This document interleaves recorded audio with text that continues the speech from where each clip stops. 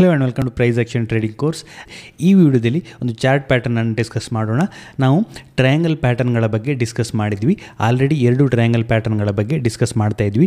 Already ನಾವು symmetrical triangle ಹಾಗೆ ascending triangle pattern ಬಗ್ಗೆ ಡಿಸ್ಕಸ್ ಮಾಡ್ತಾ ಇದ್ವಿ. ಈ ವಿಡಿಯೋದಲ್ಲಿ ಡಿಸೆಂಡಿಂಗ್ ಟ್ರಯಾಂಗಲ್ ಪ್ಯಾಟರ್ನ್ ಬಗ್ಗೆ ಡಿಸ್ಕಸ್ ಮಾಡೋಣ. ಈ ಟ್ರಯಾಂಗಲಲ್ಲಿ 3 ರೀತಿಯ ಪ್ಯಾಟರ್ನನ್ನು ನಾವು ನೋಡ್ತೀವಿ: ಸಿಮೆಟ್ರಿಕಲ್, ಅಸೆಂಡಿಂಗ್ ಹಾಗೆ ಡಿಸೆಂಡಿಂಗ್. ಅಸೆಂಡಿಂಗ್ ಟ್ರಯಾಂಗಲ್ ರೀತಿಯಲ್ಲಿ ಈ ಡಿಸೆಂಡಿಂಗ್ ಟ್ರಯಾಂಗಲ್ ಪ್ಯಾಟರ್ನ್ ಕೂಡ ಒಂದು ಕಂಟಿನ್ಯೂಷನ್ ಪ್ಯಾಟರ್ನ್ ಆಗುತ್ತೆ. ಅಸೆಂಡಿಂಗ್ ಟ್ರಯಾಂಗಲ್ ಪ್ಯಾಟರ್ನ್ ನಾರ್ಮಲಿ ಒಂದು ಅಪ್ ಟ್ರೆಂಡಲ್ಲಿ ಕ್ರಿಯೇಟ್ ಆಗುತ್ತೆ. ಅದೇ ರೀತಿ ಡಿಸೆಂಡಿಂಗ್ ಟ್ರಯಾಂಗಲ್ ಪ್ಯಾಟರ್ನ್ ಏನಾಗುತ್ತೆ, ಜನರಲಿ ಹೆಚ್ಚಾಗಿ ಡೌನ್ ಟ್ರೆಂಡಲ್ಲಿ ಕ್ರಿಯೇಟ್ ಆಗುತ್ತೆ.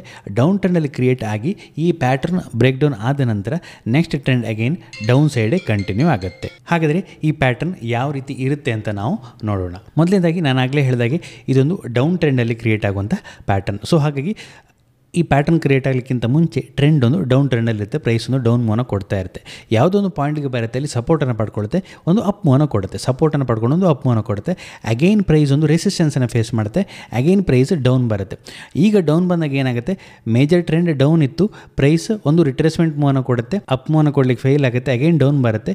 ಡೌನ್ ಬಂದು ನಾರ್ಮಲಿ ಥಿಂಕಿಂಗ್ ಏನಾಗುತ್ತೆ, ಈ ಪ್ರೀವಿಯಸ್ ಸ್ವಿಂಗ್ ಲೋವನ್ನು ಬ್ರೇಕ್ ಡೌನ್ ಮಾಡುತ್ತೆ ಅಂತ. ಬಟ್ ಏನಾಗುತ್ತೆ, ಪ್ರೈಸ್ ಡೌನ್ ಬರುತ್ತೆ, ಈ ಪ್ರೀವಿಯಸ್ ಸ್ವಿಂಗ್ ಲೋ ಹತ್ರ ಅಗೈನ್ ಸಪೋರ್ಟನ್ನು ಪಡ್ಕೊಳ್ಳುತ್ತೆ, ಸ್ವಿಂಗ್ ಲೋನ ಬ್ರೇಕ್ ಡೌನ್ ಮಾಡಲ್ಲ.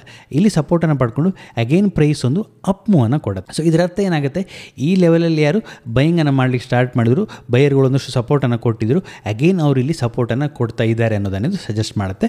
ಸೊ ಹಾಗಾಗಿ ಪ್ರೈಸ್ ಒಂದು ಅಪ್ ಮೂವನ್ನು ಕೊಡುತ್ತೆ. ಈಗ ಅಪ್ ಮೂವನ್ನು ಕೊಟ್ಟಂಥ ಪ್ರೈಸ್ ಏನು ಮಾಡುತ್ತೆ, ಪ್ರೀವಿಯಸ್ ಸ್ವಿಂಗ್ ಹೈಯನ್ನು ರೀಚ್ ಮಾಡಲ್ಲ, ಅದಕ್ಕಿಂತ ಮುಂಚೆನೇ ಪ್ರೈಸ್ ರಿವರ್ಸಲನ್ನು ಕೊಡಲಿಕ್ಕೆ ಸ್ಟಾರ್ಟ್ ಮಾಡುತ್ತೆ. ಇದು ಏನನ್ನು ಸಜೆಸ್ಟ್ ಮಾಡುತ್ತೆ, ಇಲ್ಲಿ ಎಂಟರ್ ಆದ ಬೈಯರ್ಗಳು ಸ್ಟ್ರಾಂಗ್ ಬೈಯರ್ ಅಲ್ಲ, ವೀಕ್ ಬೈಯರ್, ಸೆಲ್ಲರ್ಗಳೇ ಸ್ಟ್ರಾಂಗ್ ಇದ್ದಾರೆ ಅನ್ನೋದನ್ನಿದು ಸಜೆಸ್ಟ್ ಮಾಡುತ್ತೆ. ಯಾಕೆ ಕೇಳಿದ್ರೆ, ಇನ್ ಕೇಸ್ ಇಲ್ಲಿ ಬೈಯರ್ಗಳು ಸ್ಟ್ರಾಂಗ್ ಇದ್ದಿದ್ರೆ ಪ್ರೈಸನ್ನು ಅಗೈನ್ ಅಪ್ ಮೂವನ್ನ ಪ್ರೈಸನ್ನು ಅಗೈನ್ ಅಪ್ಸೈಡ್ ಪುಷ್ ಮಾಡಿಕೊಂಡು ಈ ಪ್ರೀವಿಯಸ್ ಸ್ವಿಂಗ್ ಹೈಯನ್ನು ಬ್ರೇಕ್ ಮಾಡ್ತಿದ್ರು. ಬಟ್ ಅದಕ್ಕಿಂತ ಮುಂಚೆನೇ ಪ್ರೈಸ್ ರಿವರ್ಸ್ ಆಗುತ್ತೆ. ಈ ರೀತಿಯಾದಾಗ ನಮಗಿಲ್ಲಿ 2 ಪಾಯಿಂಟ್ ಸಿಗುತ್ತೆ. ಲೋವರ್ ಲೆವೆಲಲ್ಲಿ 2 ಪಾಯಿಂಟ್ ಸಿಗುತ್ತೆ, ಇದೊಂದು ಪಾಯಿಂಟ್ ಹಾಗೆ ಇದೊಂದು ಪಾಯಿಂಟ್ ಸಿಗುತ್ತೆ. ಸೊ ಇದನ್ನು ನಾವು ಕನೆಕ್ಟ್ ಮಾಡಿಕೊಂಡು ಈ 2 ಪಾಯಿಂಟನ್ನು ಕನೆಕ್ಟ್ ಮಾಡಿಕೊಂಡು ಎಕ್ಸ್ಟೆಂಡ್ ಮಾಡ್ಕೊಳ್ಬೋದು. ನೆಕ್ಸ್ಟ್ ಅಗೈನ್ ಪ್ರೈಸ್ ಡೌನ್ ಬರುತ್ತೆ. ಡೌನ್ ಬಂದು ಏನಾಗುತ್ತೆ, ಅಗೈನ್ ಪ್ರೀವಿಯಸ್ ಸಪೋರ್ಟ್ ಲೆವೆಲ್ ಏನಿದೆ ಎಕ್ಸಾಕ್ಟ್ಲಿ ಆ ಝೋನ್ ಹತ್ರನೇ ಸಪೋರ್ಟನ್ನು ಪಡ್ಕೊಳ್ಳುತ್ತೆ. ನಮಗೆ ಮಿನಿಮಮ್ 2 ಪಾಯಿಂಟ್ ಸಿಕ್ಕರೆ ಸಾಕು. ನೆಕ್ಸ್ಟ್ ಇಲ್ಲಿ ಬ್ರೇಕ್ ಡೌನ್ ಆದರೂ ನೆಕ್ಸ್ಟ್ ಇದನ್ನು ಡಿಸೆಂಡಿಂಗ್ ಟ್ರಯಾಂಗಲ್ ಪ್ಯಾಟರ್ನ್ ಅಂತ ನಾವು ಕರಿತೀವಿ. ಸೊ ಇಲ್ಲಿ ಮಿನಿಮಮ್ 2 ಪಾಯಿಂಟ್ ಸಿಕ್ತು. ನೆಕ್ಸ್ಟ್ ಅಗೈನ್ ಡೌನ್ ಬರುತ್ತೆ ಅಂತ ಇಟ್ಕೊಳ್ಳಿ, ಅಗೈನ್ ಸಪೋರ್ಟನ್ನು ಪಡ್ಕೊಳ್ಳುತ್ತೆ, ಅಗೈನ್ ಒಂದು ಅಪ್ ಮೂವನ್ನ ಕೊಡುತ್ತೆ. ಅಪ್ ಮೂವನ್ನ ಕೊಟ್ಕೊಂಡು ಅಗೈನ್ ಒಂದು ಅಪ್ ಮೂವನ್ನ ಕೊಟ್ಟು ಪ್ರೀವಿಯಸ್ ಸ್ವಿಂಗ್ ಹೈಗೆ ರೀಚ್ ಆಗಲ್ಲ, ಅಗೇನ್ ಅದಕ್ಕಿಂತ ಮುಂಚೆನೇ ಇದು ರಿವರ್ಸ್ ಆಗುತ್ತೆ. ಇಲ್ಲಿ ನಮಗೆ ಕೂಡ 2 ಪಾಯಿಂಟ್ ಸಿಕ್ತು. ಈ 2 ಪಾಯಿಂಟನ್ನು ನಾವು ಕನೆಕ್ಟ್ ಮಾಡ್ಬೋದು. ಕನೆಕ್ಟ್ ಮಾಡಿ ಎಕ್ಸ್ಟೆಂಡ್ ಮಾಡಿದಾಗ ಈ ಪ್ಯಾಟರ್ನ್ ಇಲ್ಲಿ ಅಗೇನ್ ಒಂದು ರೆಸಿಸ್ಟೆನ್ಸನ್ನು ಫೇಸ್ ಮಾಡಿದೆ, ನೆಕ್ಸ್ಟ್ ಡೌನ್ ಬರುತ್ತೆ ಅಂತ ಇಟ್ಕೊಳ್ಳಿ. ಡೌನ್ ಬಂದು ಈ ಸಪೋರ್ಟ್ ಲೆವೆಲನ್ನು ನೆಕ್ಸ್ಟ್ ಬ್ರೇಕ್ ಡೌನ್ ಮಾಡುತ್ತೆ. ಈ ರೀತಿ ಬ್ರೇಕ್ ಡೌನ್ ಮಾಡಿದಾಗ ಏನಾಗುತ್ತೆ, ಈ ಪ್ಯಾಟರ್ನ್ ಇಲ್ಲಿ ಆ್ಯಕ್ಟಿವೇಟ್ ಆಗುತ್ತೆ. ಬ್ರೇಕ್ ಡೌನ್ ಮಾಡಿದಾಗ ನೆಕ್ಸ್ಟ್ ಅಗೇನ್ ಈ ಡೌನ್ ಟ್ರೆಂಡೇ ಕಂಟಿನ್ಯೂ ಆಗುತ್ತೆ. ಸೊ ನಮಗೆ ಮಿನಿಮಮ್ 2 ಪಾಯಿಂಟ್ ಸಿಕ್ಕರೆ ಸಾಕಾಗುತ್ತೆ. ಲೋವರ್ ಲೆವೆಲಲ್ಲಿ 2 ಪಾಯಿಂಟ್, ಹೈಯರ್ ಲೆವೆಲಲ್ಲಿ 2 ಪಾಯಿಂಟ್ ಸಿಗಬೇಕಾಗುತ್ತೆ. ಆ 2 ಪಾಯಿಂಟ್ ಸಿಕ್ಕಾಗ ನಾವು ಅದನ್ನು ಕನೆಕ್ಟ್ ಮಾಡಿಕೊಂಡು ಲೈನನ್ನು ಡ್ರಾ ಮಾಡಿದಾಗ, ಎಕ್ಸ್ಟೆಂಡ್ ಮಾಡಿದಾಗ ನಮಗೆ ಈ ರೀತಿ ಒಂದು ಟ್ರಯಾಂಗಲ್ ರೀತಿಯ ಪ್ಯಾಟರ್ನ್ ಸಿಗುತ್ತೆ. ಇಲ್ಲಿ ಬ್ರೇಕ್ ಡೌನ್ ಆದಾಗ ಈ ಪ್ಯಾಟರ್ನ್ ಇಲ್ಲಿ ಆ್ಯಕ್ಟಿವೇಟ್ ಆಗುತ್ತೆ. ಸೆಲ್ಲರ್ಗಳಲ್ಲಿ ಪ್ರೈಸನ್ನು ಡೌನ್ ಸೈಡ್ ಪುಷ್ ಮಾಡ್ತಾರೆ, ಕಂಟ್ರೋಲನ್ನು ಹೊಂದಿದ್ದಾರೆ ಅನ್ನೋದನ್ನು ಸಜೆಸ್ಟ್ ಮಾಡುತ್ತೆ. ಯಾಕೆ ಕೇಳಿದ್ರೆ, ಪ್ರೈಸ್ ಯಾವಾಗಲೆಲ್ಲ ಅಪ್ ಸೈಡ್ ಪುಷ್ ಮಾಡಲಿಕ್ಕೆ ಟ್ರೈ ಮಾಡ್ತಾ ಇತ್ತು, ಆವಾಗಲೆಲ್ಲ ಪ್ರೀವಿಯಸ್ ಸ್ವಿಂಗ್ ಹೈ ಅನ್ನೋದು ಬ್ರೇಕ್ ಮಾಡ್ತಾ ಇಲ್ಲ, ಲೋವರ್ ಹೈಗಳನ್ನು ಕ್ರಿಯೇಟ್ ಮಾಡ್ಕೊಂಡು ಡೌನ್ ಬರ್ತಾ ಇದೆ. ಸೊ ಅಗೇನ್ ಆ್ಯಂಡ್ ಅಗೇನ್ ಈ ಸಪೋರ್ಟ್ ಲೆವೆಲ್ಗೆ ರೀಚ್ ಆಗುತ್ತೆ. ಫೈನಲಿ ಈ ಸಪೋರ್ಟ್ ಲೆವೆಲ್ ಬ್ರೇಕ್ ಡೌನ್ ಆಗುತ್ತೆ. ಸೆಲ್ಲರ್ಗಳು ಕಂಟ್ರೋಲನ್ನು ತಗೊಳ್ತಾರೆ, ಬೈಯರ್ಗಳು ಇಲ್ಲಿ ಕಂಟ್ರೋಲನ್ನು ಕಳ್ಕೊಳ್ತಾರೆ. ಈ ರೀತಿಯಾದಾಗ ನಾವಿಲ್ಲಿ ಟ್ರೇಡನ್ನು ಇನಿಷಿಯೇಟ್ ಮಾಡ್ಬೋದು. ಈ ರೀತಿ ಬ್ರೇಕ್ ಡೌನ್ ಆಗಿ ಒಂದು ರಿಟ್ರೇಸ್ಮೆಂಟ್ ಮೂವ್ ಕೂಡ ಈ ಲೆವೆಲ್ವರೆಗೂ, ಬ್ರೇಕ್ ಡೌನ್ ಲೆವೆಲ್ವರೆಗೂ ಕೊಡ್ಬೋದು. ಬಟ್ ಅಗೇನ್ ಟ್ರೆಂಡ್ ಕಂಟಿನ್ಯೂ ಆಗುವಂಥದ್ದು ಡೌನ್ ಸೈಡೇ ಕಂಟಿನ್ಯೂ ಆಗುತ್ತೆ.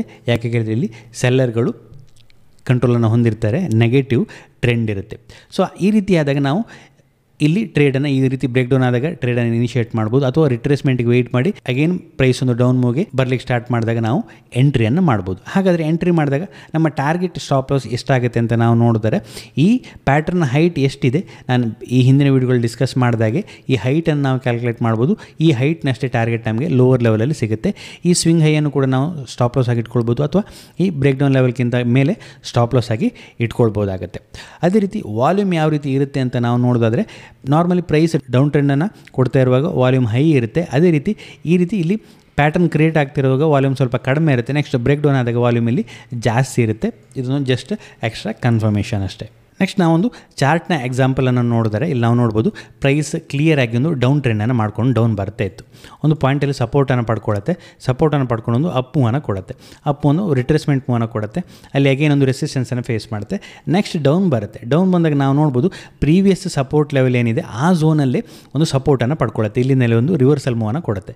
ಎಕ್ಸಾಕ್ಟ್ಲಿ ಪ್ರೈಸ್ ಪಾಯಿಂಟ್ ಟಚ್ ಆಗಬೇಕು ಅಂತಿಲ್ಲ, ಒಂದು ಝೋನ್ ಹತ್ತಿರ ಸಪೋರ್ಟನ್ನು ಪಡ್ಕೊಂಡ್ರಾಯಿತು. ಎಕ್ಸಾಕ್ಟ್ಲಿ ಈ ಝೋನ್ ಹತ್ತಿರ ಸಪೋರ್ಟನ್ನು ಪಡ್ಕೊಳ್ಳುತ್ತೆ, ಅಗೇನ್ ಒಂದು ರಿವರ್ಸಲ್ ಮೂವನ್ನು ಕೊಡುತ್ತೆ.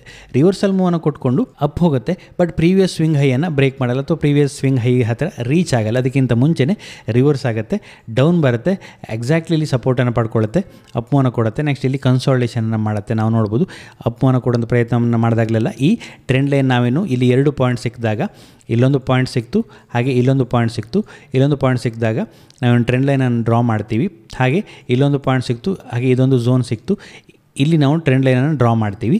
ಈ ಟ್ರೆಂಡ್ ಲೈನ್ ಹತ್ತಿರ ಒಂದು ರೆಸಿಸ್ಟೆನ್ಸನ್ನು ಫೇಸ್ ಮಾಡ್ತೀವಿ, ಇಲ್ಲಿ ಸಪೋರ್ಟನ್ನು ಪಡ್ಕೊಳ್ಳುತ್ತೆ, ಅಗೇನ್ ಆ್ಯಂಡ್ ಅಗೇನ್ ಈ ಲೋವರ್ ಲೆವೆಲ್ ಸಪೋರ್ಟ್ ಲೆವೆಲನ್ನು ಟಚ್ ಮಾಡುತ್ತೆ.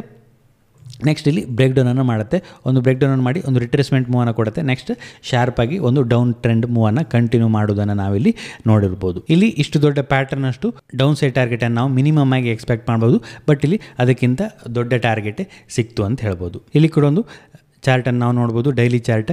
ಪ್ರೈಸ್ ಒಂದು ಡೌನ್ ಮೂವನ್ನು ಕೊಡ್ತಾ ಇತ್ತು, ಸಪೋರ್ಟನ್ನು ಪಡ್ಕೊಳ್ಳುತ್ತೆ, ಒಂದು ಅಪ್ ಮೂವ್, ರೆಸಿಸ್ಟೆನ್ಸನ್ನು ಫೇಸ್ ಮಾಡುತ್ತೆ, ಅಗೇನ್ ಡೌನ್ ಬರುತ್ತೆ, ಸಪೋರ್ಟನ್ನು ಪಡ್ಕೊಳ್ಳುತ್ತೆ, ಅಗೇನ್ ಒಂದು ಅಪ್ ಮೂವನ್ನು ಕೊಡುತ್ತೆ, ನೆಕ್ಸ್ಟ್ ಡೌನ್ ಬರುತ್ತೆ, ಬ್ರೇಕ್ ಡೌನ್ ಆಗುತ್ತೆ. ಇಲ್ಲಿ ಮಿನಿಮಮ್ ನಮಗೆ 2 ಪಾಯಿಂಟ್ ಸಿಗುತ್ತೆ. ಇದನ್ನು ನಾವು ಕನೆಕ್ಟ್ ಮಾಡಿ ಎಕ್ಸ್ಟೆಂಡ್ ಮಾಡಿದಾಗ ನಮಗೆ ಡಿಸೆಂಡಿಂಗ್ ಟ್ರಯಾಂಗಲ್ ಪ್ಯಾಟರ್ನ್ ಆಗುತ್ತೆ. ಬ್ರೇಕ್ ಡೌನ್ ಆದಾಗ ಶಾರ್ಪ್ ಒಂದು ಡೌನ್ ಸೈಡ್ ಮೂವನ್ನು ನಾವು ನೋಡ್ತೀವಿ. ಮಿನಿಮಮ್ ಈ ಹೈಟ್ನಷ್ಟು ಎಕ್ಸ್ಪೆಕ್ಟ್ ಮಾಡ್ಬೋದು.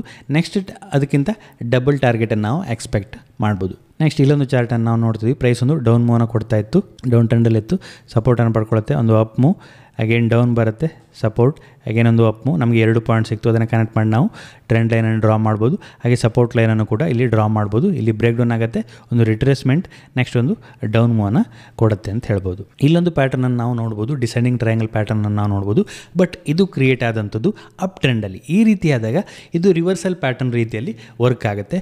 ಪ್ರೈಸ್ ಒಂದು ಶಾರ್ಪ್ ಅಪ್ ಮೂವನ್ನು ಕೊಡ್ತಾ ಇತ್ತು, ರೆಸಿಸ್ಟೆನ್ಸನ್ನು ಫೇಸ್ ಮಾಡುತ್ತೆ, ಡೌನ್ ಬರುತ್ತೆ, ಸಪೋರ್ಟನ್ನು ಪಡ್ಕೊಳ್ಳುತ್ತೆ, ಅಗೇನ್ ಒಂದು ಅಪ್ ಮೂವನ್ನು ಕೊಡುತ್ತೆ. ಈಗ ಅಪ್ ಮೂವನ್ನು ಕೊಟ್ಟಾಗ ಪ್ರೀವಿಯಸ್ ಸ್ವಿಂಗ್ ಹೈಯನ್ನು ಬ್ರೇಕ್ ಮಾಡಲ್ಲ. ಪ್ರೈಸ್ ಅಪ್ ಟ್ರೆಂಡಲ್ಲಿತ್ತು, ಪಾಸಿಟಿವಲ್ಲಿತ್ತು, ಒಂದು ರಿಟ್ರೇಸ್ಮೆಂಟ್ ಕೊಟ್ಟು ಪ್ರೈಸ್ ಒಂದು ಅಪ್ ಮೂವನ್ನು ಕೊಡುತ್ತೆ, ಪ್ರೀವಿಯಸ್ ಸ್ವಿಂಗ್ ಹೈಯನ್ನು ಬ್ರೇಕ್ ಮಾಡಲ್ಲ. ಇದು ಏನನ್ನು ಸಜೆಸ್ಟ್ ಮಾಡುತ್ತೆ? ವೀಕ್ ಬೈಯರ್ ಅಂತ ಸಜೆಸ್ಟ್ ಮಾಡುತ್ತೆ. ಸೆಲ್ಲರ್ಗಳು ಸ್ವಲ್ಪ ಪವರ್ ಇದ್ದಾರೆ ಅಂತ, ಪವರ್ಫುಲ್ ಇದ್ದಾರೆ ಅಂತ ಸಜೆಸ್ಟ್ ಮಾಡುತ್ತೆ.